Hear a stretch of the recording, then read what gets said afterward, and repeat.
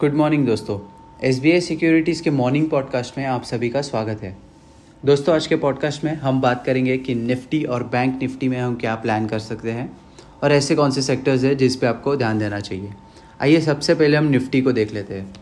अगस्त के महीने में निफ्टी में काफ़ी ज़्यादा वोलेटिलिटी देखी गई, जिसमें 12 ट्रेडिंग सेशंस या तो बड़े अपसाइड या डाउनसाइड गैप के साथ खुले।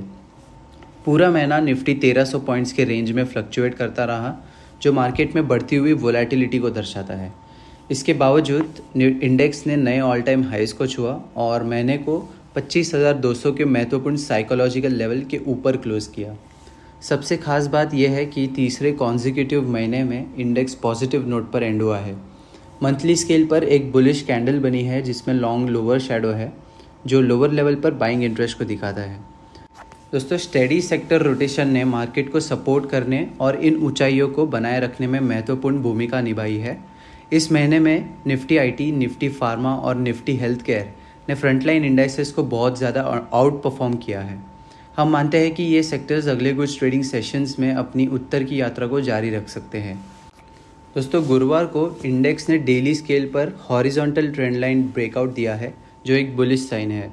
मोमेंटम इंडिकेटर्स और ऑसिलेटर्स भी ओवरऑल बुलिश चार्ट स्ट्रक्चर को सपोर्ट कर रहे हैं। डेली और weekly RSI super bullish zone में है। Daily MACD histogram upside momentum में तेज़ी का संकेत दे रहा है। दोस्तों, निफ्टी के क्रूशियल लेवल्स के बारे में बात करें तो हम मानते हैं कि इंडेक्स अपनी उत्तर की यात्रा को जारी रखेगा और शॉर्ट टर्म में 25,600 के लेवल तक टेस्ट कर सकता है, जिसे 25,800 का लेवल फॉलो करेगा। नीचे की तरफ देखें तो सपोर्ट हायर शिफ्ट हो गया है और 24,900 और 24,850 के लेवल के जोन में है। दोस्तों, हमने बात की निफ्टी के बारे में, अब आते हैं बैंक निफ्टी पर। दूसरे कॉन्जिक्यूटिव महीने के लिए banking benchmark index bank Nifty frontline indices से पीछे रहा है, जबकि निफ्टी नए ऑल टाइम हाइस तक पहुंच रहा है। बैंक निफ्टी अपने पीक से जुलाई में जो बनी थी लगभग 4% नीचे है। ये डिस्पैरिटी बैंक निफ्टी के चलते हुए अंडर परफॉर्मेंस को ब्रॉडर मार्केट गेंस के कंपैरिजन में दर्शाती है। सबसे खास बात यह है कि बैंक निफ्टी का रेशियो चार्ट निफ्टी के मुकाबले 200 वीक लो पर है और गिरता जा रहा है। हालांकि इंडेक्स ने हाल ही में अपने 100 डे EMA लेवल के करीब एक स्ट्रॉन्ग बेस बनाया है और धीरे धीरे हायर टॉप्स और हायर बॉटम्स बनाने शुरू किए हैं। दोस्तों, इसके लेवल्स को देखें तो 51,400 और 51,500 का जोन इंडेक्स के लिए क्रूशियल हर्डल बनेगा। अगर इंडेक्स सस्टेनेबल मूव के साथ 51,500 के लेवल के ऊपर जाता है तो शॉर्ट टर्म में तेज़ी से रैली हो सकती है 52,200 के लेवल तक, जिसे 52,800 का लेवल फॉलो करेगा। नीचे की तरफ देखें तो 51,000 और 50,900 का जोन इंडेक्स के लिए क्रूशियल सपोर्ट का काम करेगा। अगर इंडेक्स 50,900 के लेवल के नीचे जाता है तो अगला सपोर्ट हमें 50,500 और 50,400 के जोन में देखने को मिल सकता है।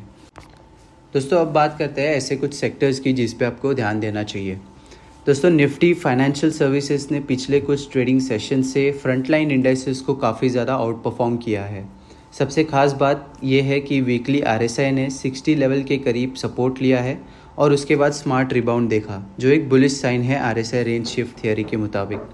इसलिए हम मानते हैं कि अगले कुछ ट्रेडिंग सेशंस में अपनी उत्तर की यात्रा को जारी रख सकता है। निफ्टी ऑयल एंड गैस ने वीकली स्केल पर कंसोलिडेशन ब्रेकआउट दिया है, इसलिए ये अगले कुछ ट्रेडिंग सेशंस में अपनी उत्तर की यात्रा को जारी रख सकता है। इसके अलावा IT, फार्मा, हेल्थ केयर और टेलीकॉम स्पेस अगले कुछ ट्रेडिंग सेशंस में अपने आउट परफॉर्मेंस को जारी रख सकते हैं। तो दोस्तों, आज के पॉडकास्ट में इतना ही। हमारे साथ जुड़े रहने के लिए बहुत बहुत धन्यवाद। Thank you. Investment in securities market are subject to market risks. Read all the related documents carefully before investing.